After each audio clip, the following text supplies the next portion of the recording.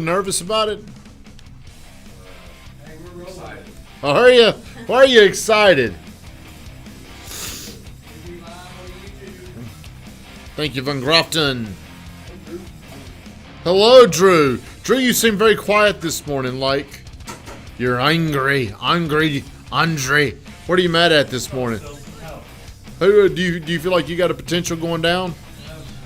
Really? 2? 4? Are you just making that number up? Congratulations, everybody. Hey, have we heard from Amanda Beaner on these boards? She's on here. Oh, yes, I did. How much are they?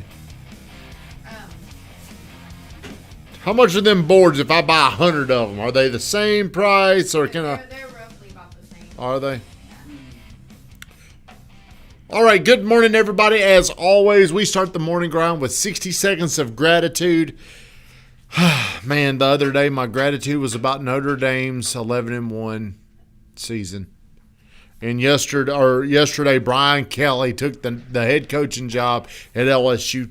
Doesn't really surprise me because he was at Notre Dame for 12 years, and that's a long time to stay there. But now we're going through another coaching search, and I think the coach has already been named privately. But I am thankful that Notre Dame is at a good spot.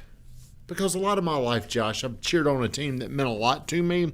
It meant a lot to my life. My wife doesn't understand this. Like, how can Notre Dame be so important to you? Well, since I was a little bitty baby, like your size, actually younger than you, Josh. Wow. Who's the youngest? How old are you? 26. 24. Well, shit. I'm talking like since I was like 10, I was a Notre Dame fan. All those years of my life, it revolved around watching Notre Dame football every weekend. Think about that. 48 years old now. That's roughly what 38 years of my life has been very committed to one thing. I'm very sensitive to it, but I'm thankful that they will find a solution. Everybody, if you're on here, please do me a favor, like, comment, and share the stream. Good morning, Shawan, Larima, Feho, Benny the Kid. Amanda, thank you guys for getting on here. Today, what I'm talking about is the way you handle yourself is the way other people will handle you. This is a spiritual alignment that I'm talking about. Because the way you see yourself somehow radiates out to other people. I'm like how I treat myself, how I think about myself, how serious I take myself, that bleeds through me, and you adapt that belief. I know it's crazy. I know it's voodoo. Where's Hayden? Does anybody? Yeah. Good morning. Where do y'all think? Okay, so let's take him today. See how committed is he to get here at 8:15? Not very. But in his mind, how committed is he? But see, you see that. He says he's going to be here at 8:15, but it's hard for him to do that. And because it's hard for him to do that, what beliefs do you adapt towards him? Does that stop at 8:15? Or do you lack belief in other things that he says he's going to do? Huh? So if you're a person and other people if you don't believe in yourself, guess what? Can I expect you to believe in me if I don't believe in myself? No. So what happens to the poor guy? He doesn't believe in himself. How could you believe in yourself if you say I'm going to do these things and you never do it? So I was telling 2 people yesterday. I probably shouldn't say who they are, but I was talking to Josh and I was talking to Edward about the things you put out there on your social media. Those things are an indicator of really how you feel about yourself. See, there's a lot of things that we probably aren't aware of. There's probably a lot of things that we're not aware of that we say, that we do, we respond, or we comment, or we gossip. We're usually saying something about ourselves. Does that make sense? Like, and if I'm ever seeing you do something that I don't agree with, the only way I can spot it and I can decide if I agree with it or not is really as how it relates to me and how I think about it. And this was something that I really, really struggled in, because I'll go back to my past to use this as a demonstration of what it cost me. So when I first got into real estate, I was about 29. I had my 30th birthday working here at John Jones Real Estate. And the way I knew how to connect and get attention and how I thought I needed to get people to like me was I was very funny. And to me, that humor would come even at putting myself down, even if I had to do dumb things. And this lasted for probably like 5 or 6 years. Wouldn't you say, Joe Rich? Do you remember? Yeah. I mean, I would just do dumb things to just get noticed, to get recognized. So if I'm looking back at myself, why was I doing those things? Good morning, Kendall. Why would I do something if it was foolish or if it was stupid? It was something about how I felt about me. And whenever I decided I was going to make the switch and move from, hey, I don't want to just be this clown anymore. I want people to take me serious. I made the decision, 35 years old, living with my mom, I was going to commit a lot more time to my own self-improvement. And I didn't think it was fair that I had made this new me internally. All the discovery, all the discussion, all the research, all the things that I was doing to make me better. I didn't think it was fair that I just kept getting judged for the things that I'd been doing for the previous 5 or 6 years. See, it's so hard to get away from what's preceded you. It's so hard to become something in other people's eyes that they've already seen before. It is hard. It's very hard. So I just kept my focus. I kept focus on, I'm not this goofy ass dude anymore.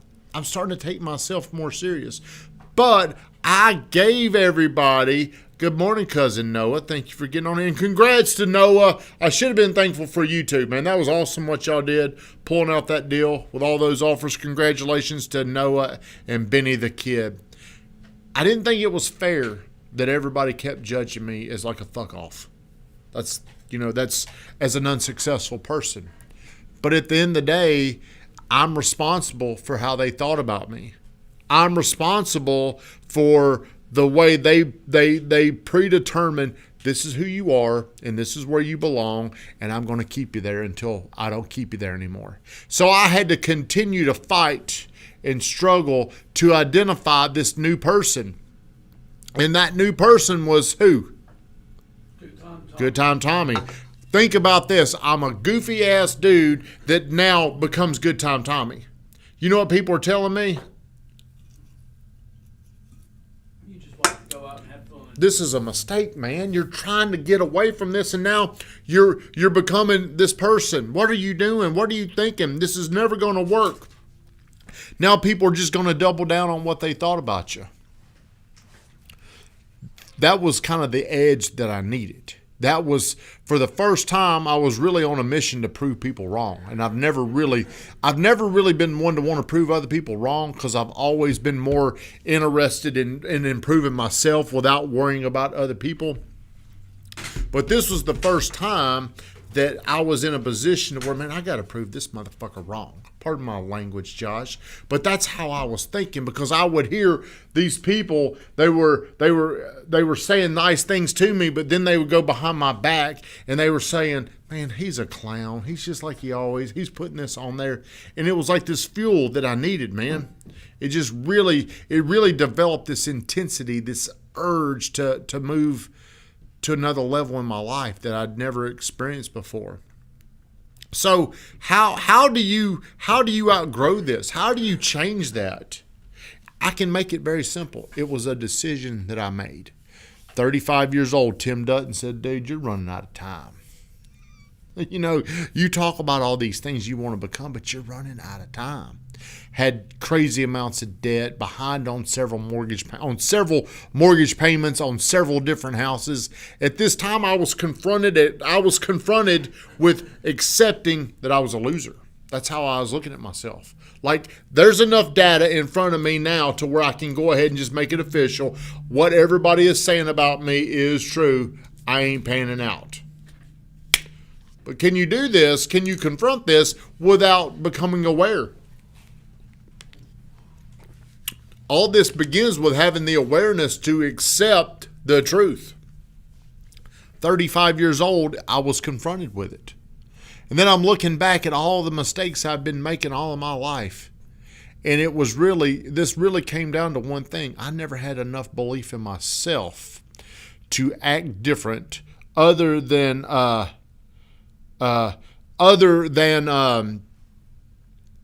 making fun of myself. Being funny, doing something stupid. My wife is on here. Everybody say hello to my Wi-Fi, by the way. So I'd never, the reason why I didn't have any belief in myself is because I'd never done the hard work. You guys come in and I make y'all do the hard work every single day. It's very boring. It's very routine. What is that called when things are just, building yourself is very monotonous. It's very similar. But what you're going to find out over time is the more you put into yourself and the more you fight through things that you don't want to do, and you're gathering new information and you're improving your people that you're hanging around with, eventually the payoff will be you feel better about yourself. See, everything that I talk about is about you and yourself. It's not about you and other people, because everything improves once you get yourself right. Did you hear what was your big takeaway that you heard yesterday? Really, that you just gotta. Well, my favorite line, because I used it later, is if you hang around shit, you're gonna start smelling like it. Yeah, but the problem is it's very hard to outgrow things that you won't let go of, because they keep you there. Like whenever Drew's making a lot of money now. Some of his friends might be trying to, let's put you back over here, buddy. You hitting an airman. You'll see that as you're growing, you will notice some of the people that have been there with you and you're starting to outgrow them. They're going to try to find a way to keep you back. You belong right here, Red. Where you going, man? Get back over here with me. And if you don't have enough on the inside, you'll believe them over yourself. I was so fixated on the good opinion of other people for so long. That's all I care. Hey, can I get you to like me? I tell you what we can do. We can call me fat. We can laugh. But the way you were viewing me, the way you were looking at me, hey Buckles, what's up, buddy? The way you viewed me was based off the food I was feeding you about me. What you're going to find is the people out there are going to treat you with what you tell them, what you show them. They're going to adapt the internal beliefs that you have. And this is something that you can't fake. You can't fake this, because sooner or later you get exposed for what the truth is. And most importantly, you know what the truth is. Like, you know. I was thinking about this last night. I don't think there's anything as powerful as what you know about yourself. What do you know about you? I'm a badass. Did you always know that? No. When did that happen? It takes time. Yeah, about a few months ago. A few months ago, you just woke up and said, dude, I'm a badass. Yep. No, I actually had to make the decision to become a badass before I actually told myself, hey. And for the longest, I think the younger you are, the quicker it is you'll start believing that. For me, I had a lot of things in my life that would disagree with what I was telling myself. Yeah, this is how it's going to be. I had to start racking up these little bitty small wins, and as I committed so much time to personal self-improvement, it was easier for me to start thinking this, because I started getting around people and I'm like, man, I'm better than this person. When I say better, I'm not talking about I'm talking about my skill level. Hey, dude, I've passed you by. You're saying this. I know this isn't true. Like you guys, like some of you can probably hear somebody talking and you just know, dude, that ain't right. And I'm talking about in the business world. I'm talking about in sales or marketing or whatever it is we do. You heard somebody the other day make a comment about something and you're like, that ain't going to work. Yeah. See, that started happening to me more and more, and I started to finally believe in myself. But things will improve. Things in your life will improve inside before they get better on the outside. How long can you stay committed to the decision that you made? And I think I attract a lot of this over here because I am somebody that I'm very outspoken about where I was and what I went through and what I was attracting into my life, because I get a lot of people that reach out to me. As a matter of fact, excuse me, did you hear that? My wife's new, or whatever this Alani new drink. I've even told Lorema and Van, the people we attract here are kind of misfits. What I say, broken people, because I'm a broken up dude. 35 years old, moving in with his mom. I get that message gets out there, and people that are in that spot or feel like they're a little busted up, a little broken, they want to come here. So I believe that everything is just one decision away. Just making one decision about how I'm going to treat myself, how I'm going to talk to myself, what I'm going to do about myself, and then it's backed up with a commitment. So the most important thing that you guys can ever do if you wanted to change the way you really feel about yourself is make the decision to always do what you say you're going to do. I was somebody that always had these ideas that never really followed up on things, and I didn't know how much harm. The most important thing you can start doing if you're in this spot right now is always do what you say you're going to do. Do you ever not do what you say you're going to do? Rarely. Sometimes I don't. But I mean, you're very conscious today of doing exactly what you say you're going to do. And over time, this is how you start to change that. And as my buddy Tony Woodall told me, man, the hardest thing you're ever going to do is to believe in yourself and to change. And he was right. I was trying to change, but everybody kept trying to pull me back. Dude, you don't belong over here, okay? You're the screw-off dude. You need to get back over there. So in your mind, you've got to start saying things to yourself. This is who I am. Like I tell Van and Lorema when we're in there in meetings, and if we're looking at where the team is, I don't talk about where the team is today. I talk about what it looks like, hey, when we're at 100 people around here. That I visualized myself there. Whenever Michael Burt was the head coach at this little bitty old grammar school in Woodbury at 19 years old, he didn't walk around like he was a middle school basketball coach. He walked around out there like he was already Rick Pitino.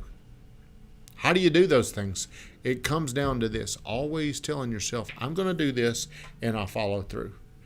Committing to your words, whatever you say you're going to do, is one thing that'll change everything. Shut us down, Von Grafton.